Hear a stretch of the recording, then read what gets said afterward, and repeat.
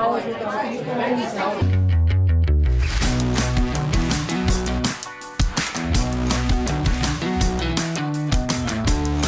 welcome to Cwic Show. My name is Greg Mattson, and I am your host. In this episode, we brought back my friend Rod Meldrum to talk about the big news in Latter-day Saint circles, where the church has purchased the Kirtland Temple and a number of other properties in Nauvoo and artifacts. Rod, welcome to the program. Well, thank you for having me, Greg. Appreciate that very much. We're excited. This is a big day. It's huge. It's huge news. You know, I feel like this is it's like another little step moving through the last days. Yeah. I think I don't know if this can be, I don't know, is this one of those signs? I mean, I don't know if there's a sign all this thing would it's be something because it's obviously a huge reaction with everyone. But Rod, you've got a lot of experience in going to Kirtland, going to Nauvoo. Yeah. So I wanted to get a little bit of background from you on these properties, the background on the history of the Kirtland Temple, etc. Let's start with the Kirtland Temple. Tell me about why this is important and a little bit of the background of the Kirtland Temple. You bet. Well, just a little bit of background. So I've had the opportunity, probably for 15 years now, to take tours back 3 or 4 times a year and go to these sites. So over the course of time, I've gotten to know, a lot of the people who are involved with the preservation and doing the tours and those kinds of things there, in both Kirtland and Nauvoo. The Kirtland Temple is really a fascinating place. I got to just run a quick thing. So I had there's a guy who's known as Mr. Kirtland. You ever heard of him? I've heard Mr. Kirtland. I don't know his name. His name's Carl Rix Anderson. And the first time I went there, I was with my family, and we were there on a church history vacation kind of thing that we were doing. And so, you get something out of that. But then when I wanted to start learning more about Joseph Smith and what he knew about the Book of Mormon and geography and things, Kirtland was a big area. And so I decided to take, put a couple $100 in my pocket. I think it's about all I had at the time, and got in my little red Odyssey minivan, and headed out there. And I got a hold of the Kirtland Temple Visitor Center. And I said, so is there any place I could park so I could just sleep in my van? Because I'm going to be coming in at like 1 or 2 o'clock in the morning. They said, well, there's this guy out there, out here, and his name is Carl Anderson. And why don't you just give him a call? So I gave him a call. He was very, very kind and said, hey, if you want to, you can just pull your van in midnight or whatever, whenever you come in, and just sleep in my driveway. And he says, I'll see you in the morning. So, okay.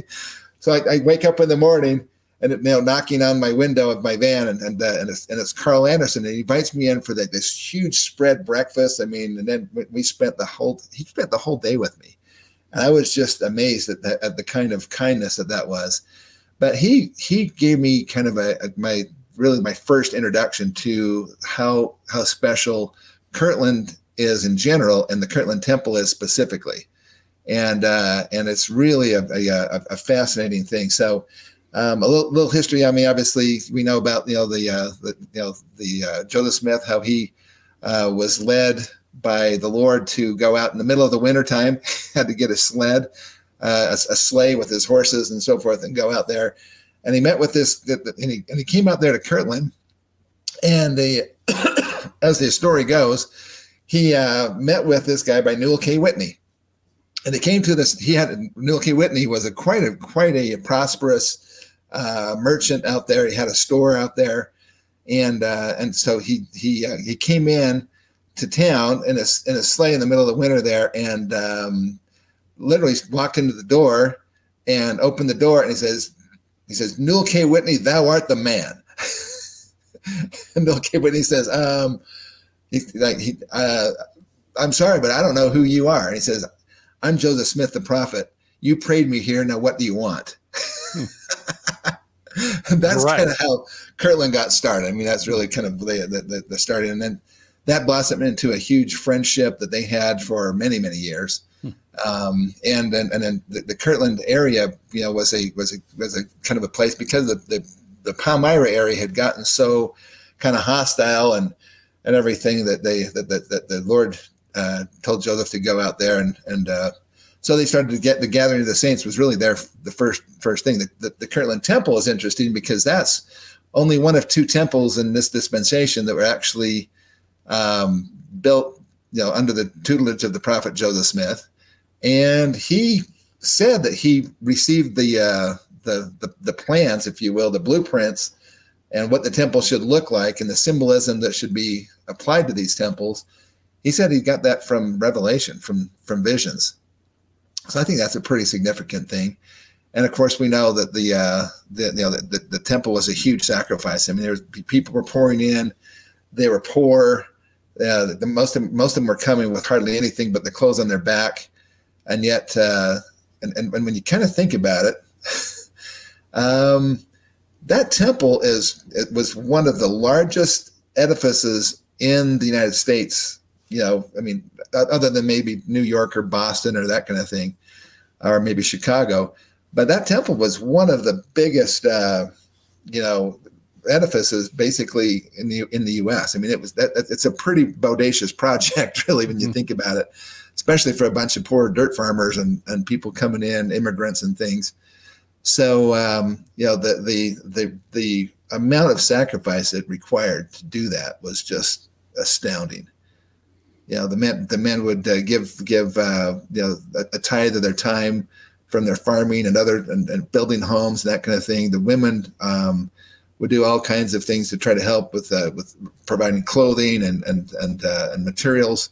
My understanding is that some of the women actually took some of their fine porcelain or china and broke it up and smashed it into a fine kind of a powdery substance, which was later put on the outside walls to make the walls look more shimmery, more kind of shiny for the temple.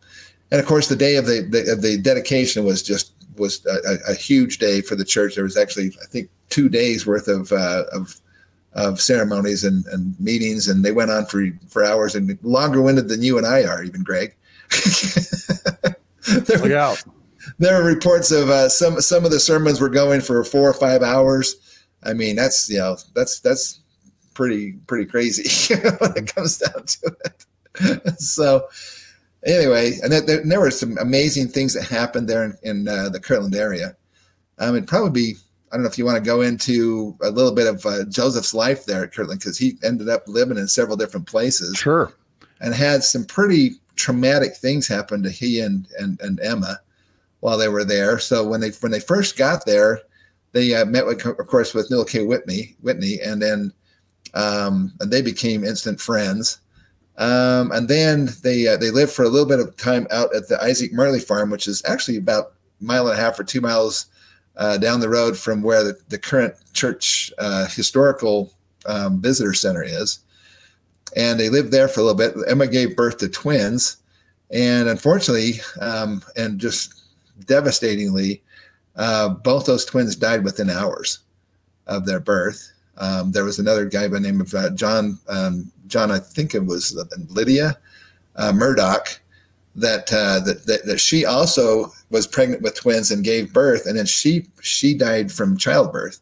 And so they ended up giving those twins. John said, I can't care for these twins, and Emma had just given birth to twins. Mm-hmm. And so she basically was able to, she and Joseph were obviously devastated from the loss of these two babies, but then they were also blessed with two kind of replacements, if you will. In fact, they called them, they gave them names, and Murdoch was their middle name. And then we know that after the Isaac Morley farm, they moved out to the John Johnson farm. Now, John Johnson was a pretty wealthy guy that he had a big, beautiful farm. It's still there today. You can actually go out and see it. The church owns that farm, and they have restored the house and so forth and made it really, really nice. They have a nice, they have missionaries usually stationed there that you can go and learn more about it.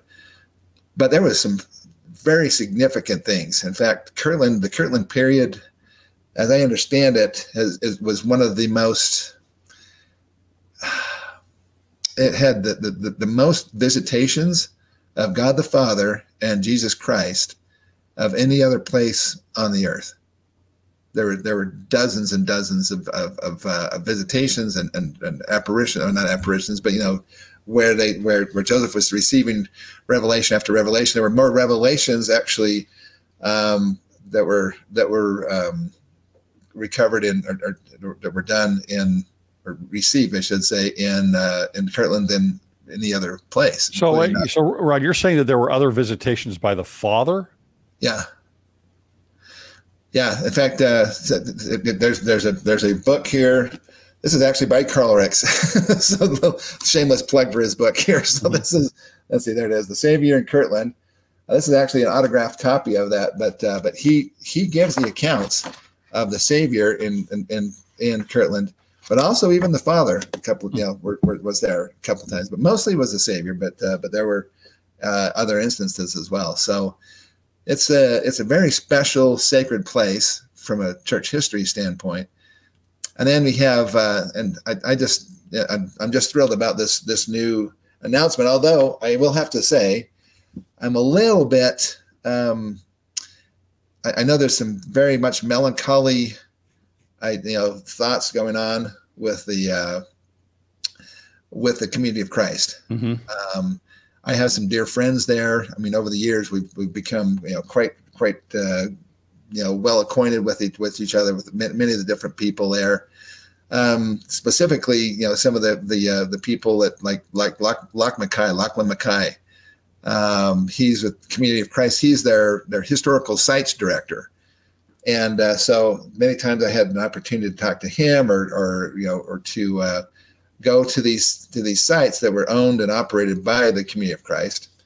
And so it's kind of a bittersweet thing for them. I know that on the one hand, in fact, Lachlan Mackay once told me, we were having a conversation. He said, he says, we kind of know, here with the Community of Christ, because we just don't have the financial resources that he calls us, or they call us the Salt Lake Church, right? And anyways, he said we just don't have the resources of the Salt Lake Church, and he says, we've had to sell a few things off and so forth. He says, but this is really special to us.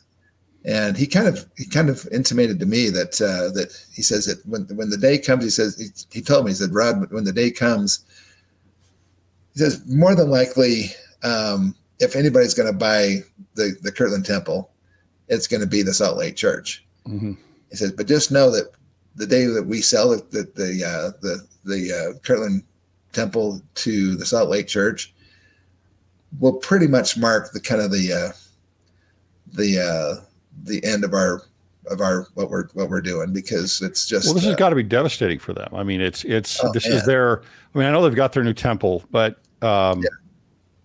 historically this was the gem, right? Yeah. Yeah. And so I mean, he released a video, I think yesterday. I watched it, and you can just see the pain in his heart and his face. I mean, he says, I'm like Joseph Smith III. I'm quite a pragmatic guy. He says, I understand it's probably best for the temple because we just don't have the resources. And one of the big concerns that I've had for several years, and that he shares, I know, and that is that the construction of the temple was interesting. Because of their poverty, they didn't really have wood and obviously there's no steel to be able to do the superstructure of the building. So it was built in what's called a rubble stone construction method, which is essentially just taking big chunks of rocks, which they got out of a quarry. I've actually been to the quarry, and you can actually still to this day, you can see the drill marks where they were drilling down and then breaking out chunks of rock and then hauling them with wagons over to where the temple site was. It's essentially, they just put big rocks in there, and then with mortar. So it's just mortar and rocks just stacked up, and the base of the walls are like 3 or 4 feet thick at the base, and they kind of taper up as they go up. And so I mean, it makes it it's fairly strong, but in an earthquake, baby, they had just a small, like a three level earthquake that was like 100 miles away, probably about 7 or 8 years ago, and it put all kinds of cracks in the Yeah. Well, that mortar is not going to hold together. No, in an earthquake. It's not. And so I've been, I talked to different people at the Community of Christ before and said, so what happens? I mean, is there any plan to somehow come in there and put some superstructure in? And they just, we don't have the budget for that.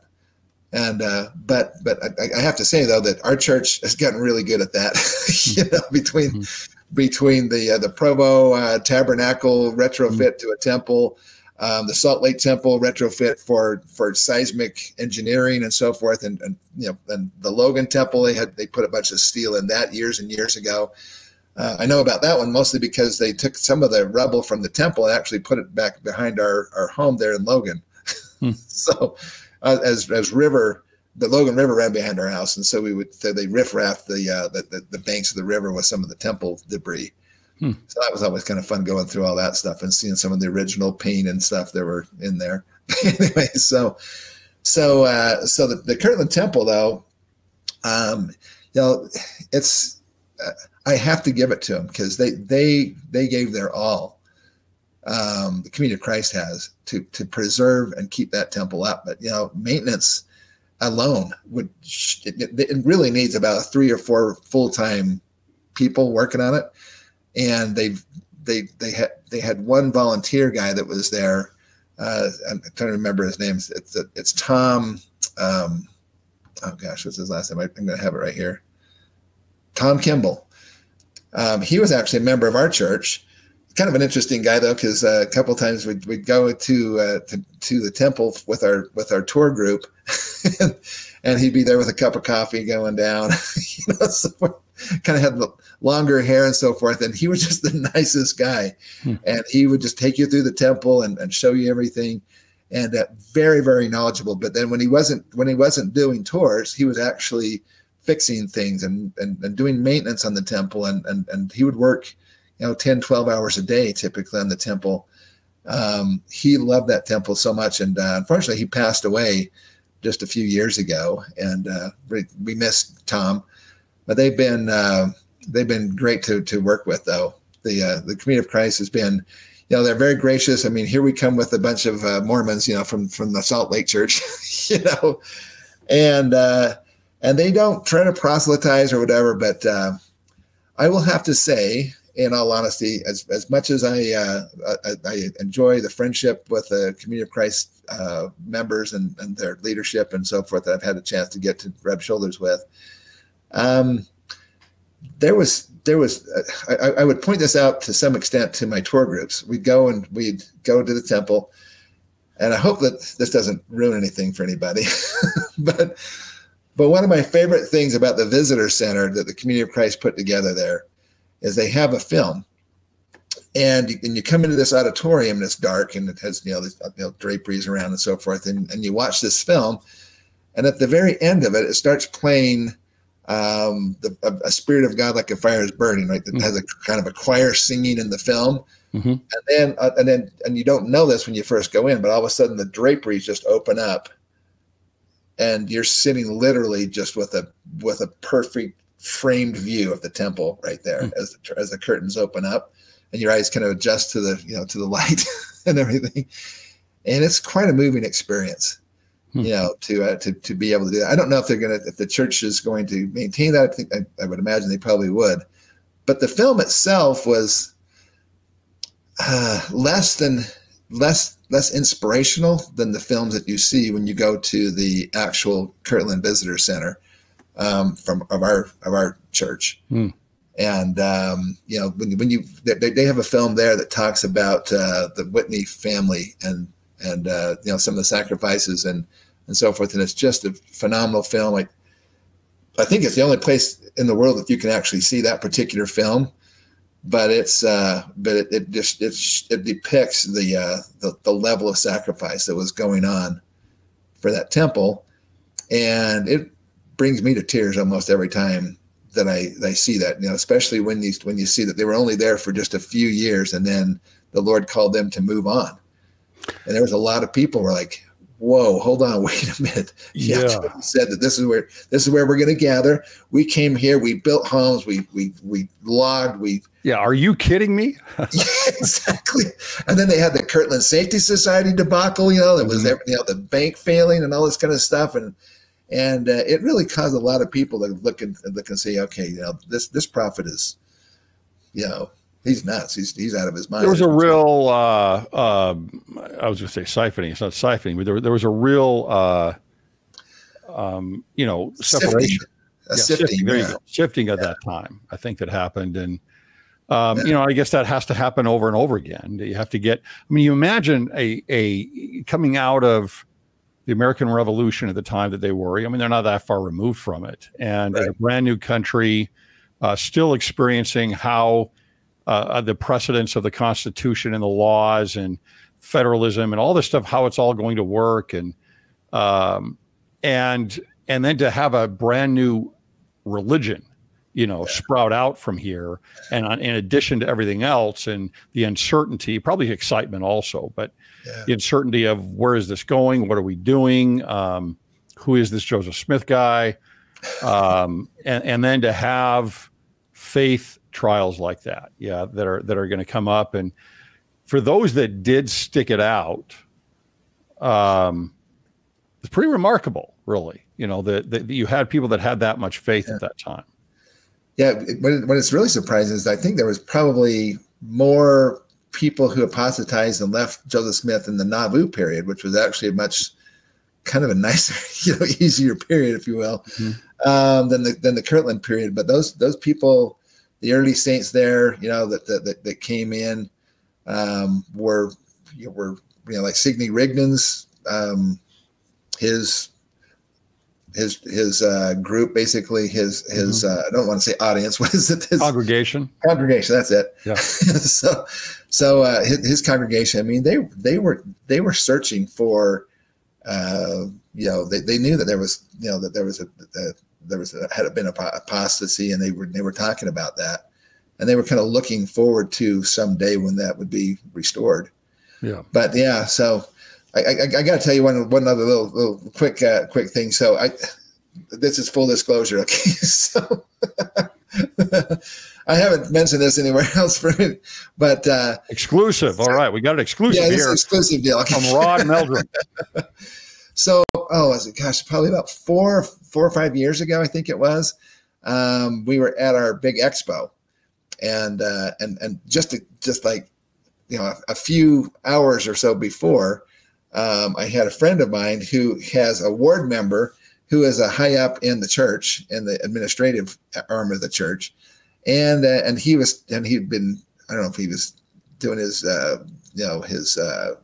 ministering or whatever with him, but he mentioned that he had just signed a check for $30 million to the Community of Christ. And my friend told me this.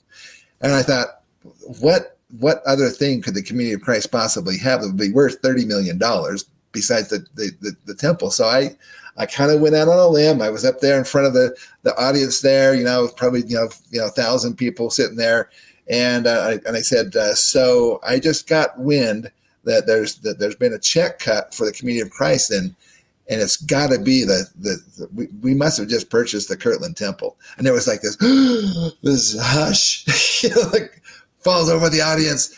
And then anyway, it turns out I was wrong. I shouldn't have speculated.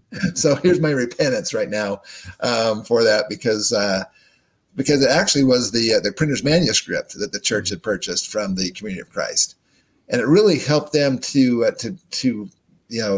they had a bunch of issues going on. They have some pensions that are not funded from some of the leadership and things, and they talking about the Community of Christ. Yeah, Community of Christ did. So they really needed that infusion, and I'm sure that they need the infusion now as well. But hopefully, it'll help them, stay on a particular course. They want to focus more on some other things besides having these properties that literally are kind of a drain, financially on them. So I think it's going to be a blessing for them. It'll be a huge blessing for all of us because these sites are going to be preserved. One thing, when the church gets involved with something, they do it right. So it's really a blessing for that. And also, in the case of like Nauvoo or even the Kirtland Temple, if you go there as a family, you have like 6 or 7 people in your family, let's say, it's like $6 a piece. It's not, I mean, they're not gouging anybody. That's really pretty cheap, but it's still, it's $50 to go see the Kirtland Temple. So some people on a vacation, they're tight and they just, hey, you know what? We can go to the visitor center, we can walk around it, but it's $6 per person to get in. And the same thing with the Nauvoo area. They have a wonderful tour there that covers, from the stable that Joseph Smith kept his horse Joe Duncan in, to the mansion house, to the endowment house, the red brick store, Joseph and Emma's first log home, and then the frame home that they did after that. All of that was, you couldn't go in unless you were on a tour with the Community of Christ, and they only did a couple of tours a day. So it really was quite restrictive, and it'll be nice to, all that's going to be, as I understand it, it'll be free. Sounds like it's all free. And have missionaries there, and it's going to be awesome. I just want to say also, Rob, before we move on from Kirtland, it really did set the precedent. The Lord really set the precedent there for how important the temple was. I mean, it was going to require all that sacrifice.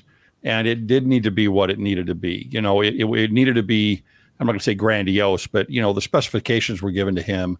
The sacrifice had to be made. And, of course, look what they were rewarded with. It's there that they don't begin the endowment ceremonies there or the sealings, but you do have the keys that are given for all of that, right? So you've got the Savior shows up. You've got Elias with the dispensation of the gospel of Abraham. You've got Elijah and Moses all showing up here at the Kirtland Temple to hand over the keys to Joseph. And that really starts launching everything priesthood-wise within the church at that time. Yeah, the dedicatory prayer, not just the prayer, but that's actually was also received by revelation. It's in the Doctrine and Covenants, the dedicatory prayer of the Kirtland Temple. But during the dedication, there were magnificent things that happened. In fact, one of the guys that I'm just going to mention is John Tanner. A lot of people don't know who John Tanner is. If you get a chance to go onto like the church's website and just look up the John Tanner story, it is another one of these it's heart-wrenching and faith-promoting both at the same time, because this guy was actually very, very wealthy. I mean, he owned numerous homes, farms. He owned an island. He had sawmills. He had businesses. He was doing extremely well, and then he ended up having some kind of a canker on his leg that got worse and worse, and they couldn't get it under control. The doctors were saying, "Hey, you know what? There's nothing we can do. We got to amputate your leg, or you are going to die." And so he said, "Well, my." This is in the film, so I'm not sure if it's historically accurate or not. But he says, "Well, my leg came into this existence with me, and together we shall part it." And so he was determined not to have his leg removed. And about that time, missionaries were going through the area, and they found John Tanner. And that night, they talked to him. He felt the Spirit so deeply. And then they said, "John Tanner, do you have faith to be healed?" And he's like, "Yeah, I believe Christ healed people in his lifetime." He says, "So if we are true messengers of the gospel of Jesus Christ, do you have faith that you can be healed tonight?" And he's like, he looks at his wife and it's like, "Yeah." And so they gave him a blessing, and his leg was instantly healed. And that very night, they walked almost I think it was almost a mile and a half to get down to the river where he could be baptized that night. Wow. He and his wife. And then he that's a remarkable story.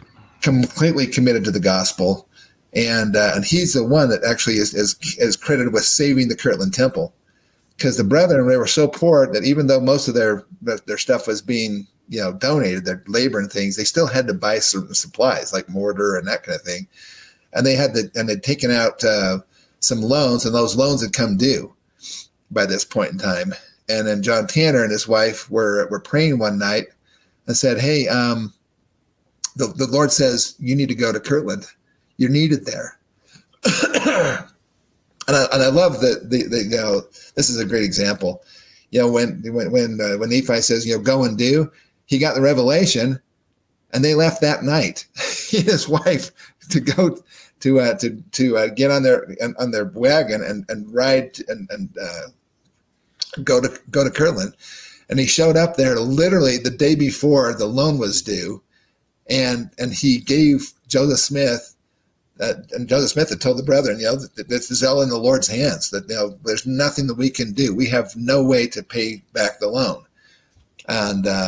And that's when John Tanner showed up, and they said, well, what do you need? He said, well, we need, I can't remember, it was like $12,000, which is equivalent of probably about $200,000 today, in today's money, $200,000 or $300,000. And so John Tanner just wrote him a note and said, here, we got it covered. And then he proceeded to pay for missionaries and proceeded for paying for this and for that and the other thing. And he helped to shore up the Kirtland Security Society, the anti-banking notes and so forth that they did. And he basically just did all this. I know this is a long story, but so it's a really cool one. It's really moving, because by the time they left Kirtland, he'd given everything. And he had one broken down old horse and an old wagon. And his family was destitute, didn't even have money for food. They have one scene where they go up to this guy's cabin, and they knock on the door, and he says, please, can we just have some food for my family? We're starving. And he asked the little boy there that was standing at his side, and he said, what's your name, little boy? And he says, well, my name is Joseph Smith Tanner. And the guy slams the door in his face and said, I won't give any food to the likes of you guys. And he had one of his daughters. His little daughter died along the way, and they buried her on the side of the trail.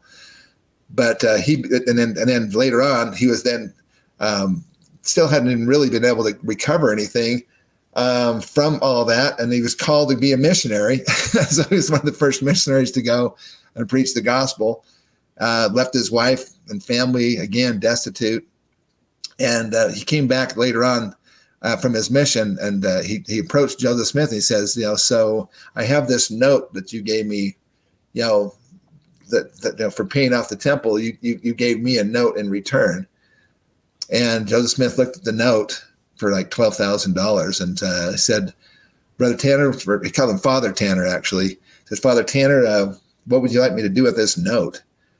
And Father Tanner basically just took the note and tore it up into pieces and threw it on the ground and said, that you're bringing the gospel into my life has been the greatest thing ever. And he threw it away. He never was repaid for that. He gave up all of his riches and everything that he had been given in his early life for the gospel. Really did live the law of consecration. Yeah. Yeah, he literally kind of gave it all. He ended up coming out to Utah. Joseph Smith gave him another little gift, though. When he tore it up, he said, Father Tanner, he says, because of your sacrifices, he says, your family will never want for bread. And that's the Tanner family. And if you take a look at the Tanner family, they have been some of the most wealthy members of the church, and I mean, they've been presidents of BYU Hawaii and have been in positions, all around the world. O.C. Tanner, and so forth, the jewelry and all that kind of stuff. They've all done very, very well financially, which is I think is a direct, not necessarily a result, but it was, as the prophecy was given by the prophet Joseph Smith that would happen, and it's been fulfilled. Yeah. Well, I think it is somewhat of a result, though. I mean, it's almost you could say it's almost even a natural consequence. I think that if someone gives that much and you have that legacy in your family, there's something that is invaluable, I think, that you live with that. And it's like, this was my father, this was my grandfather, this was my great grandfather, and that is invaluable, I think. No question on that. Yeah. Let's, do you have any more on Kirtland, or we moved to Nauvoo? Well, I was just going to say, John Tanner, it was one of his kids that saw pillars of fire and angels on the temple the day of its dedication. Okay. And this is the first time. In fact, I hope this is a tradition that the church is going to continue on. That is, whenever you go to the Kirtland Temple with the Community of Christ, they come up and they have a piano there, and they'll have somebody, either from the group or they'll bring somebody in and they'll play the piano, and they always sing this one particular song. Can you guess what it is? It's not the Spirit of God. Yeah, it's the Spirit of God. Yes, good guess, Greg. You got it. But yeah, they always sing a Spirit of God like a fire is burning. And at the time, they had the way that the pews and everything were arranged. They all kind of faced. It was kind of funny. The way that they built this was really ingenious. It was, I think, unique in that day, and it's really unique even to this day, because the pews were built so you could actually face either direction, and they had the pulpits on both sides. Right. They had the Aaronic priesthood on one side, the Melchizedek priesthood on the other side. And you can actually, so what it was is it had like a box of where the pew was, and it just had a bench in the bottom of the pew, and you could move the bench to one side or the other so you could face either direction. And just, step over the bench and sit down the other direction and look the other direction. And they had these curtains that would come down on rollers, and it was all they had this pulley system. I mean, it was really pretty ingenious actually for the day. And then that's where many of these amazing visions actually happened, was in there. So it's pretty cool to be able to go back and actually see the ropes and pulleys and things that the big shrouds have been, they disintegrated long ago. And it's been used for a few other purposes before the Community of Christ really. It was a kind of a community center for a while. There is an upstairs where Joseph Smith had his office, but the floor is so thin that they won't allow any groups more than about 15 or 20 people up in the top of it. So usually our groups are 50 or more, and so we can't go up there. But it's really but they had natural lighting. There was those huge windows, or again another thing that's not really common for the day. And it was quite an edifice, and I'm really grateful that the church has finally been able to get a hold of it. I hope that they will move their seismic teams in there and get this thing stabilized as soon as possible, because that's going to be with all the things that sound like they're coming up shortly. It's going to need to have that earthquake proofing that the church is so good at. Yeah, more engineering ingenuity that yes, exactly, has to be brought in there. So yeah, so there's one other guy that I just want to shout out to. That's Joe Jackson. He's kind of like the so we have, I mentioned about Carl Anderson here, the Savior of Kirtland, the Savior in Kirtland. He also did this one, which is called Joseph Smith's Kirtland, right here. And I've got this autographed copy here that I treasure these. Okay. But there's Joe Jackson. He's kind of he's a younger version of Carl Anderson. He was born and raised there in the Kirtland area. He's quite a historian, really knowledgeable about this stuff. So if you ever get a chance to go back there to Kirtland and look up Joe Jackson, he's I think he'll be more accessible now, because he'll be able to actually, hopefully maybe even do tours and so forth there in the temple, although they're probably going to have the missionaries. In fact, I have some personal friends of mine, Barbie and Ken, actually Ken and Barbara Hansen, who are actually missionaries out there. They just texted me this morning and said they just got their new script that they can use for the for doing temple stuff. I said, "Can you share it with me?" He said, "No, I can't share that with you. You have to come to Kirtland to hear that script." Okay. Anyway, so that's from the church history department, I'm sure. But anyway, cool. So yeah, so the temple itself was actually, like I mentioned, it was seen in vision. But one of the things that's also fascinating, well, I don't know, I probably have time to get into this, but the spire of it is unique, because we know in Hebrew symbolism that a square is representation of the earth. A circle is representation of God, basically symbolically. It's a no end, no beginning, that kind of thing. Yeah. What eternal round. Yeah, the eternal round.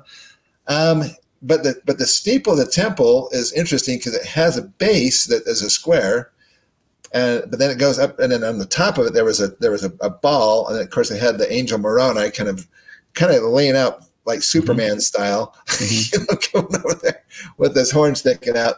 He wasn't the upright one that we see today on the temples, where he's kind of standing upright, holding the horn up.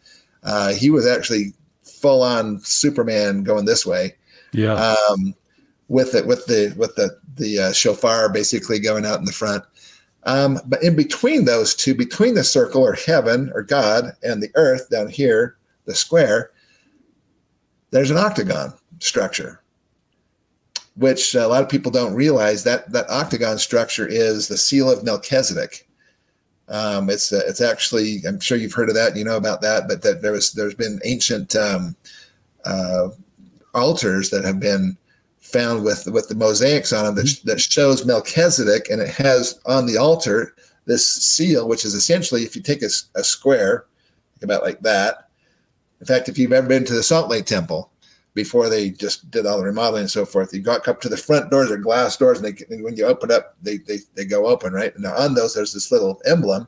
It's a square. There's a piece of glass, and then there's another piece of glass that's square, but it's rotated about 45 degrees. So it creates kind of an 8-pointed star. And of course, if you outline you connect all the tips of that, it creates an octagon, right? The seal of Melchizedek Melchizedek, we call the Melchizedek priesthood, but originally it was called the priesthood after the Holy Order of the Son of God, right? They didn't want to overdo the use of the name of God, so they call it after Melchizedek, who was the king of Salem. And basically, he sought for the same blessings as Enoch did, and actually received them, according to Joseph Smith, anyway. And long story short, basically, is that this seal of Melchizedek is really the seal of Christ, and so Christ is the intercessory between heaven and earth, and it's actually depicted symbolically right in the steeple of the temple. Pretty cool. And the Nauvoo temple is the same way. It has a base. It's a rectangle. It has to have 4 corners, and then it goes up to an octagon structure, and it goes up to the top, which is kind of a cupola. And then it has three balls on it. The top ball is gold, and the 2 bottom ones are both kind of darker color, representing the 3 degrees of the celestial. I love the symbolism of things like that. I think it's so important. I wish we did that even more. And not less on those things. There's so much. They've got that seal on the San Diego temple too. It's all over the place. Yeah, 10,000 times on the San. In fact, if you look straight down in the San Diego temple from a drone, which, by the way, I haven't done that. I have a lot of drone stuff, but I never did that. so it actually formed the seal of Melchizedek itself. Yeah, the temple itself does. We had a friend of mine was visiting in the area when they were building the San Diego temple. This was interesting, and the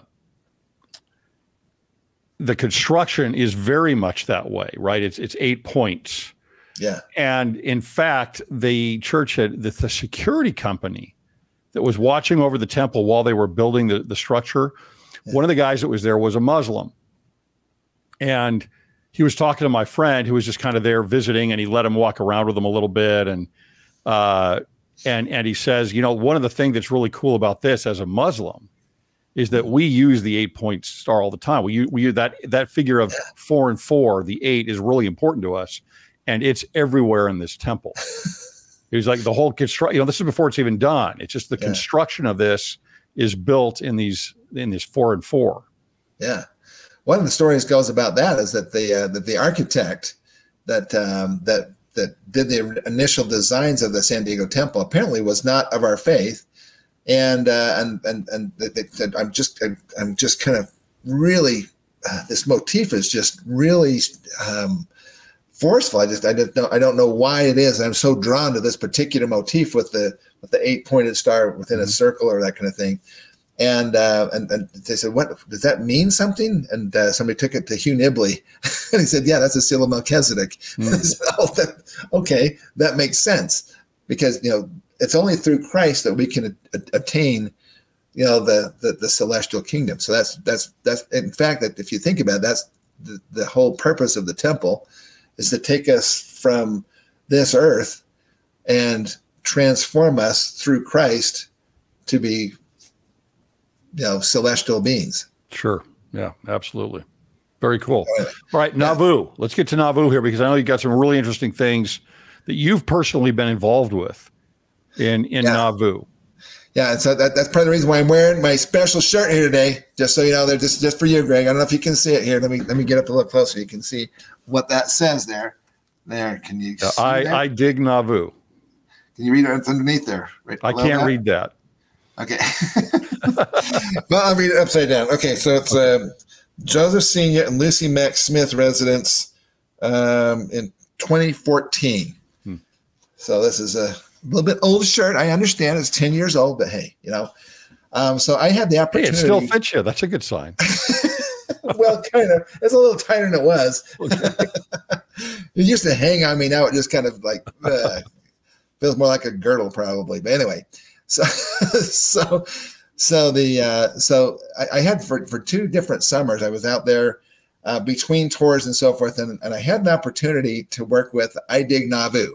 Now, I Dig Nauvoo is the archaeological arm of the Community of Christ. Okay, Paul DeBarth is kind of the head of that. And I got to know Paul pretty well. Really super nice guy. I mean, all these people are just, you know, they're just salt of the earth, amazing, good people. And they said, well, if you have a couple of days, says you can come on down here. We'll put you to work. I said, put me to work. And I didn't know at the time that one of those projects that they were working on was the Joseph Smith Sr.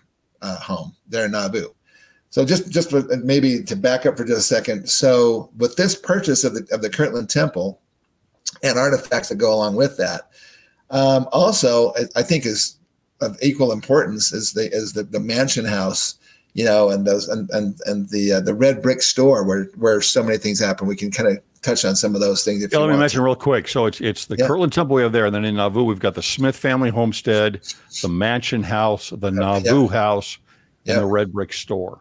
Yeah, the Nauvoo house I think was originally called the Endowment House, or I think it was one of the early names for that. Mm-hmm. But almost as much as important as that is there's some letters, and I haven't yet had a chance to figure this out, Greg, what letters those are. But there's 7 or 8 letters that also came with the purchase. These are letters. I'm not sure if they're from Joseph to Emma or if they're just between Joseph and Emma. I'm not sure which that is. From Joseph to Emma. Okay, that's what I know that's what the site talks about that, but it'd be great to see that. I'm hoping, because I actually have worked with the Community of Christ for quite a while to try to get the letter that Joseph Smith, the original letter. It's in letter book number 2, so we know that it was an extant letter, but we never could get confirmation as to whether or not the Community of Christ actually still had the letter or not. But it was the letter that Joseph Smith wrote while they're on Zion's camp, and they just had gone to the Zelf Mound, and then he sits down and he writes a letter to Em, and he says, "We're wandering over the plains of the Nephites, picking up their skulls and bones as proof of its divine authenticity." And 2 days before they had just been, at Zelf's Mound, and he was writing this when they got to the Mississippi River. So, but yeah, he actually says we're wandering over the plains of the Nephites. Interesting. Well, it might be a little. Well, I shouldn't say that. Okay. Anyway, I'm going to say, but there might be some people who don't want that to come out. I don't know. Yes. Well, I'm sure that there are some, but my feeling is you know what? Censorship is never a good thing. My feeling is give people all the information, let them make up their own minds. But when they see that, it's pretty awesome. But I'm hoping that one of those letters is that actual letter from Joseph to Emma when he said while on Zion's camp that they're wandering over the plains of the Nephites, and that makes perfect sense. Okay, anyway, so a couple quick things. So let me see. The Nauvoo properties.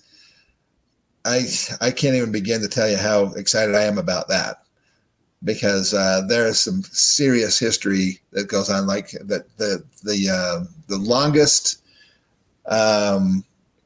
ongoing women's organization in the world was established there in the red brick store up on top.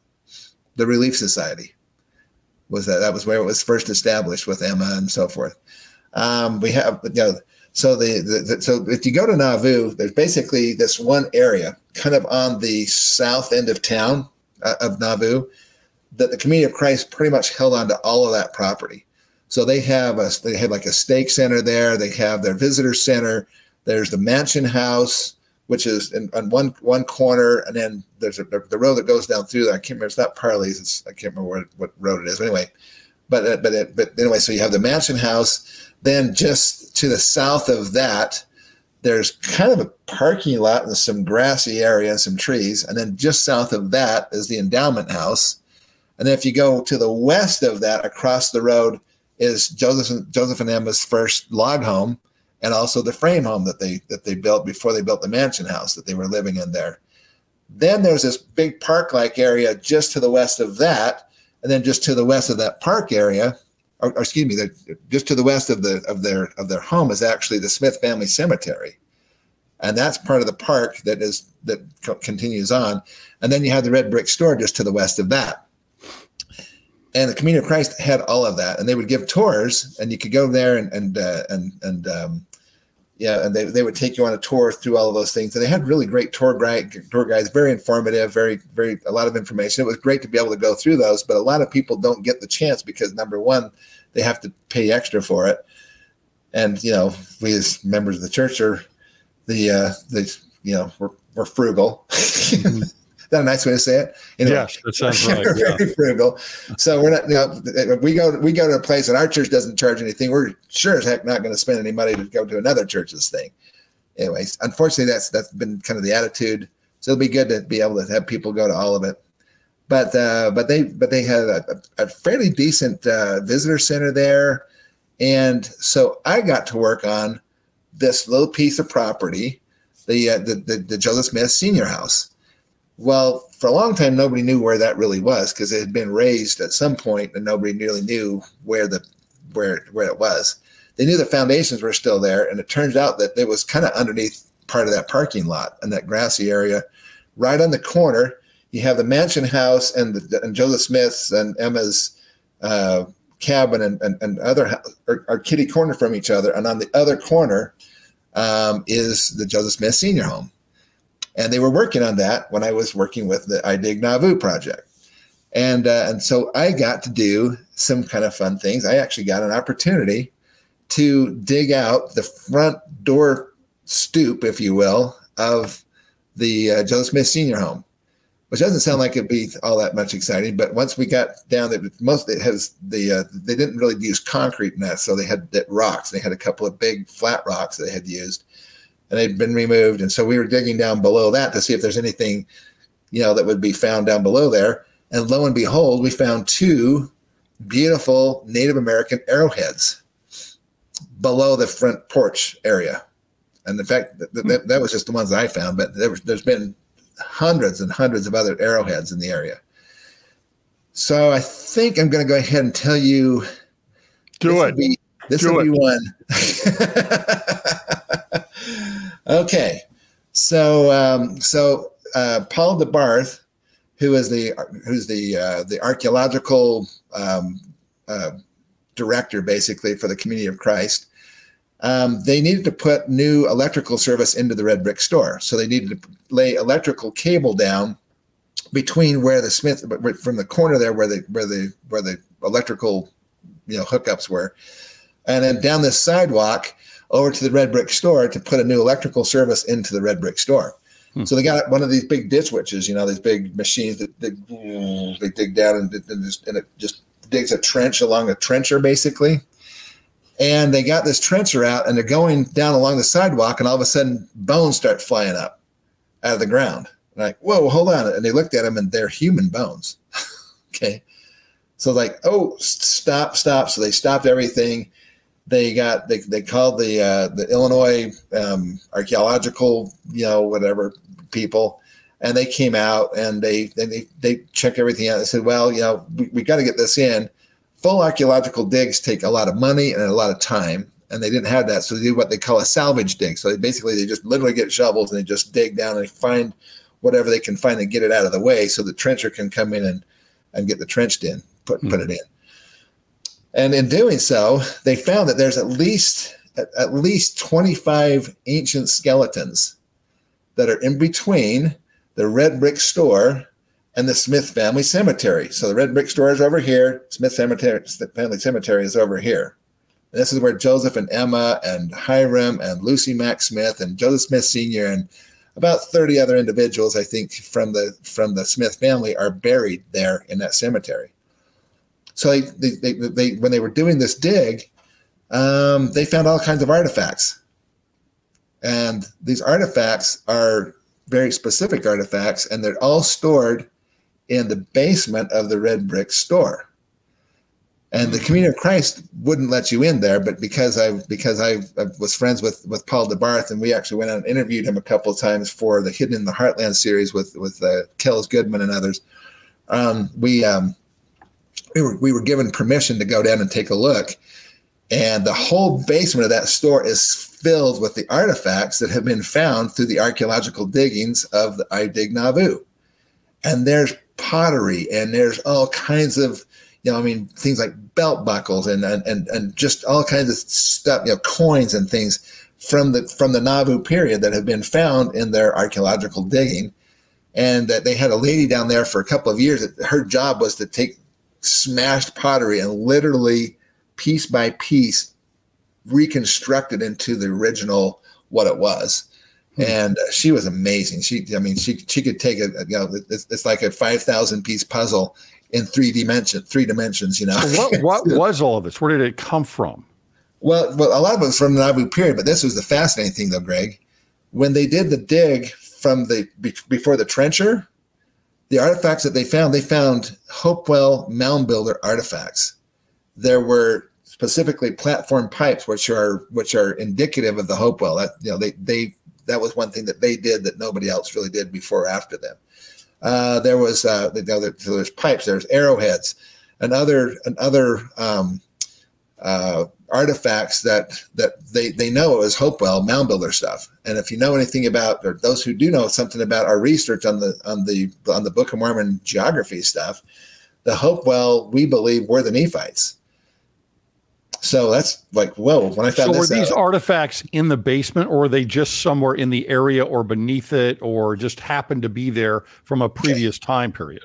Yeah, okay, so they were there from a previous time period, and then as they've done the digs, they've taken those artifacts that have been found in the digs, either from the trenching or the actual I-Dig Nauvoo stuff, and they've taken all of that material, and it's now kind of, I won't say hidden, okay, but you have to get special permission to even go down there and look at it. And the whole basement is full of these artifacts. So is that part of the purchase?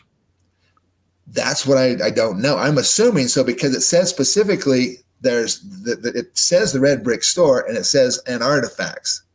Yes. Have you seen yes. that? Yeah. Okay. So if it is the artifacts, what's fascinating, they actually had a pretty large kind of a display case thing that had arrowheads that have been found in these archaeological digs. All of them are Hopewell mound builder, and there's 25 burials right there in the Smith family cemetery. So I've actually told people, I've been on my tours, it appears as if Joseph Smith and Emma and Hiram and Lucy Mack and Joseph Smith Sr. and their family was literally buried in a Nephite cemetery on the banks of the River Sidon.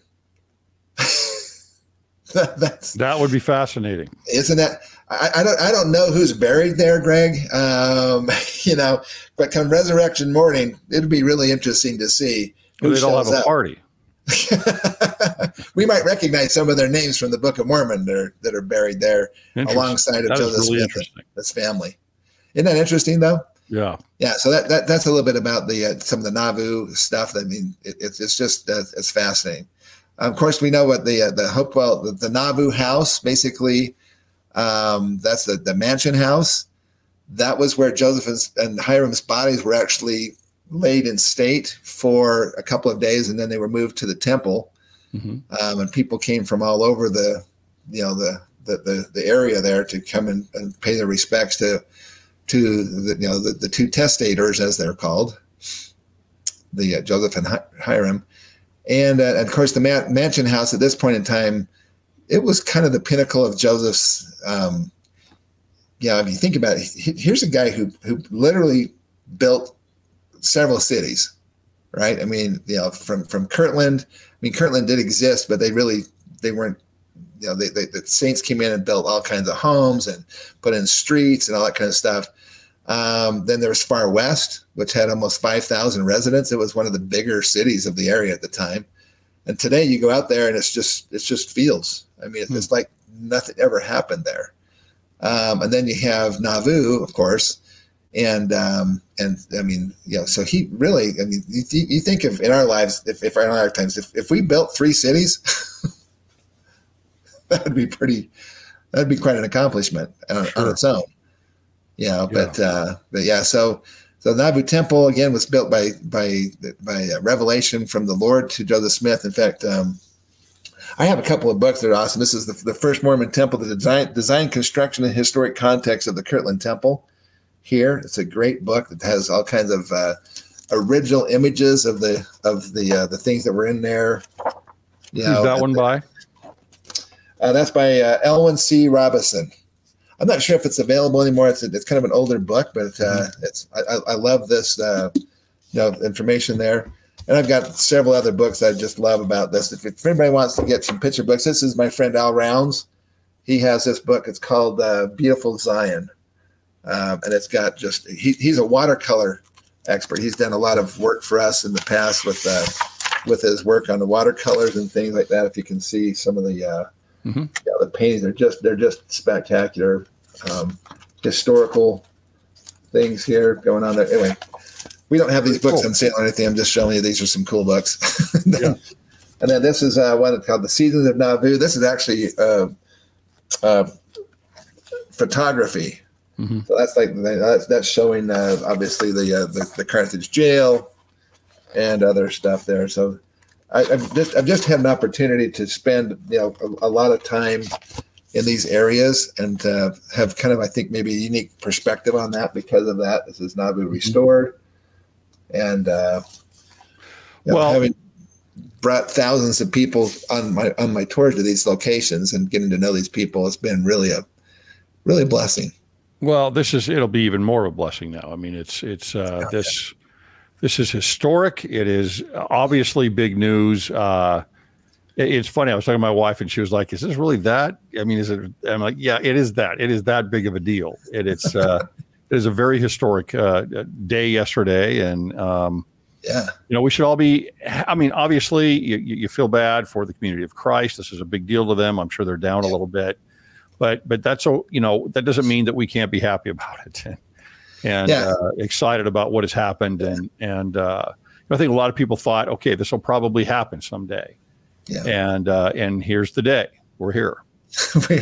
we made it. And actually, though, these two places are unique also in future things. So like we have, for example, we have coming up here in about another month or so, the big eclipse, right? That's going over April the 8th, going over. And actually, myself and a couple of friends of mine, we actually are doing a tour. We're bringing people out there to be at the place where the 2017 eclipse happened, that goes across the United States from the northwest to the southeast. This one's going basically the opposite direction, and the two of them kind of form an X, right, between where the two of them, the 2017 and 2024 eclipses happen. There's some really interesting symbolism. Have you heard of that one yet? I have not. Oh, baby. Well, I'll just put it this way. The two promised lands that Christ talked about in the Book of Mormon when he was with the Nephites, he said the Jerusalem, the New Jerusalem, those are the two promised lands that he talks about. They're on opposite sides of the earth. So when one of them is in the sunshine, the other one is always in the darkness of night. And vice versa as the earth rotates around, right? Of course, unless you're a flat earther, which anyway, so as it happens, that when you have a full solar eclipse, that means the sun is darkened on the sunny side of the earth as well as on the dark side. So both promised lands basically are in simultaneous darkness, and that's kind of a bad omen as far as what's going on there. And in 2017, course, 7 years later, as far as this eclipse coming up, this eclipse is going to go right over the top of both Kirtland and Nauvoo. Interesting. So it's going to, as it's coming across there, it's going to be going. It'll literally going over the Kirtland area and the Hill Cumorah area, and then coming down. You probably quite a few people have been talking about the fact that this eclipse is going to go over 7 Ninevehs. Have you heard that yet, Greg? I have heard that. Yes. I don't know what I think of that, but yeah, it's interesting. I have heard that. Yeah. What I find is fascinating, though, is I haven't done the personal research, so I'm relying on somebody else. So if they got it wrong, don't hang me. But as I understand it, the only states that have a Nineveh in it are in the alignment of this eclipse going across there. There's no other Ninevehs in any other states. Like there's no Nineveh, California, or Oregon, or Washington, or New Mexico, or whatever. All the Ninevehs are there, and they're all kind of in alignment going down there, which of course is interesting when you consider that Jonah was the prophet, or was the disciple basically of Christ that was called to go to Nineveh and call them to repentance, and he gave them 40 days to repent or else. Right. So the other one apparently went past a whole bunch of Salems, like Jerusalem, right? It's that's kind of the Okay. Does that mean anything? I don't know, but it is fascinating that somebody did the research on it. Well, that's cool. Well, Rod, really appreciate you coming on here and giving us your expertise and your experience. I'm fascinated by that dig stuff there that was in Nauvoo. That is really, really interesting. And now I'm intrigued about the letter from Joseph to Emma and see if that's one of the 7 that they. I want to check that out. If you ever get back there, a lot of people don't know this, but just north of the current visitor center there in Nauvoo is a bluff that basically goes along the side of the Mississippi River there on the north side. The rock quarry where they got the stone from to build the Nauvoo temple is right in that area, but it got flooded when they put the dam in down at Cwic, and it raised the river levels up 20 feet, and it went in and kind of filled in that quarry. But just to the north of that, there are is an area called they call it the Curly. The Curly family from Idaho actually bought this property, and the state of Illinois now recognizes about 14 different Native American mounds, Hopewell mounds, that are literally right there, and most of them have been looted. They all kind of look like donuts because they were mounds, and then somebody went in and in the 1800s or whatever and dug them all out, and recovered whatever was in there. But the remnants of those are still there, and there's actually an ancient ramp and a fortification on the Curly property right there. And if the Lord and Joseph Smith got it right, when Joseph Smith received Section 125 in the Doctrine and Covenants, the Lord says to build up a city on the land on the other side of the river from Nauvoo and call it Zarahemla. Why would the Lord call it Zarahemla if it isn't? I mean, it's kind of a Occam's razor thing, So maybe he called it that because it maybe was. Interesting. And that's our position, that it was the Zarahemla of the Book of Mormon, and there is actually tremendous amount of archaeological stuff there, and also on the Nauvoo side of the river. But if you have Nephites buried there, this Hopewell mound builder people, and they have their mounds just to the north of Nauvoo, and then I don't know, do you know the original name of Nauvoo was called Commerce? Yes. And most people don't know why it was called Commerce, but the reason why is because there's the Des Moines Rapids between Nauvoo and the other side of the river called Montrose, and there's this rapids, and it was so shallow that you could literally walk across. That was the only place in the Mississippi River that you can walk across it on foot. In Joseph Smith's day, we have historical accounts where people rode their horses across the river there. Interesting. And the reason why that's important is because if you start at the mouth of the Mississippi River in New Orleans, and you follow the Mississippi River all the way up, the first place that you could cross the river on foot is at Nauvoo. Mm-hmm. And that was so shallow that the riverboats coming from New Orleans and that area couldn't get past those rapids. It was only 2 feet deep. And so they had to offload all their goods on the riverboats going up and down the river. And they would offload them there in Cwic on the south side, and they would put them on wagons, then wagon the stuff up around the big horseshoe bend, or the big curve of the river there by Nauvoo, up to Fort Madison, and they could get on other riverboats coming down the river. They could pick up those supplies and things, and they could go another 180 miles further up the river. But they had to stop there and do that, and because of that, there was a natural business that was there for portaging this stuff around on the Iowa side.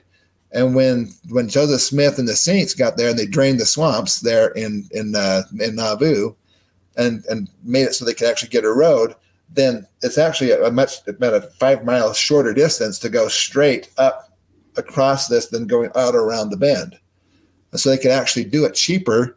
So they were getting all the business on the Nauvoo side of the river versus the west side of the river in Iowa. And that's the reason why it was originally called commerce, because they were taking a lot of that business away from the west side of the river and going through Nauvoo.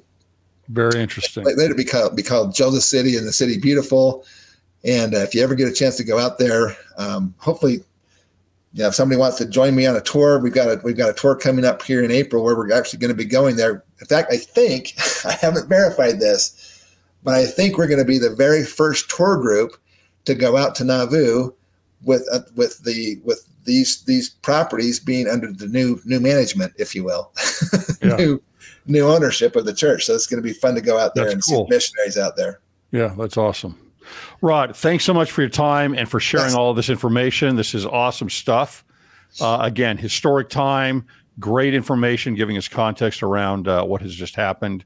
And we need to bring you back again.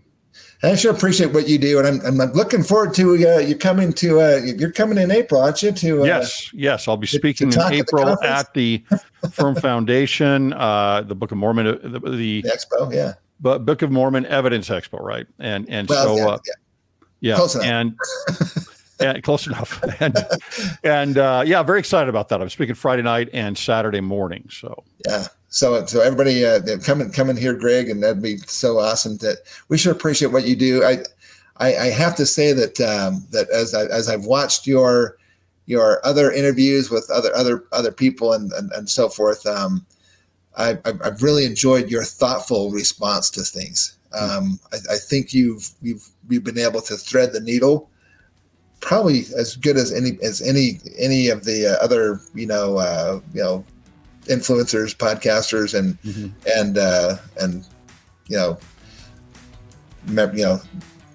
I guess they call us apologists. I hate that word, but I do not identify as an apologist. Sure. I don't like that either. But because people think, well, you don't have to apologize for the church. No, it doesn't mean that, even though it basically says that. So anyway, I should appreciate your thoughtfulness in that, and good luck. Thank you. Thank you very much. Thank you for the opportunity. All right, Rod. Talk to you soon. All right.